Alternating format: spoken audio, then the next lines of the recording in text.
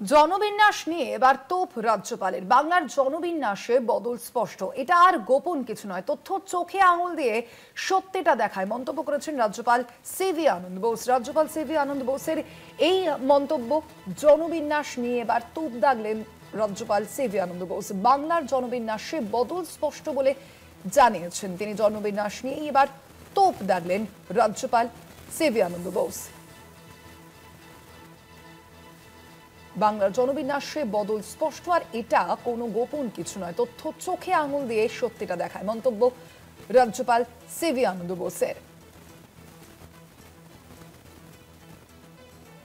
এ বিষয়ে রাজ্যপালের কি বক্তব্য শোনাব। Available data is there. Data speaks for itself. We can arrive at our own conclusion. At this point of time, I do not want to comment on that question. Demographic imbalance is taking place. It is no secret. Surveys have revealed that objectively. Is there a political hand behind this? That is yet to come out. আর বিস্তারিত জানবো সম্পর্কে phone লাইনে রয়েছেন প্রতিনিধি অঙ্কুর ভট্টাচার্য। অঙ্কুর দা, জনবিন্যাস নিয়ে কি কারণে রাজ্যপালের এমন মন্তব্য?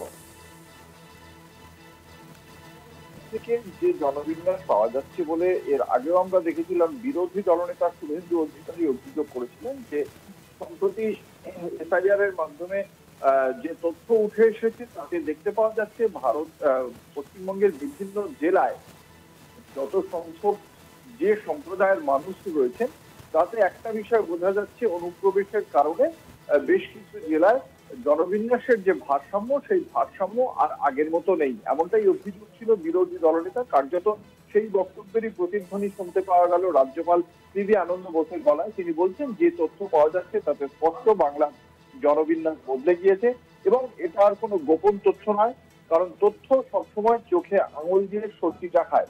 এরপরেই রাজ্যপাল সিভি আনন্দ বোসকে প্রশ্ন করা হয়েছিল যে এই বিষয়ে কোন রাজনৈতিক দলের ভূমিকা তিনি দেখতে পাচ্ছেন কিনা।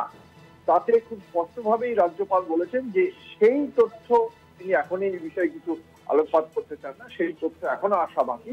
যে এই জনবিন্যাস বদলে যাওয়ার পেছনে কোন রাজনৈতিক দলের ভূমিকা আছে কিনা সেই তথ্য এখনো আসা বাকি। তিনি সে বিষয়ে কোনো মন্তব্য করেননি, কিন্তু তিনি মন্তব্য না করলেও এই বিষয়টি স্পষ্ট যে এই জনবিন্যাস বদলে যাওয়ার বিষয়ে আদতে নাম না করে তিনি কি ইঙ্গিত করছেন।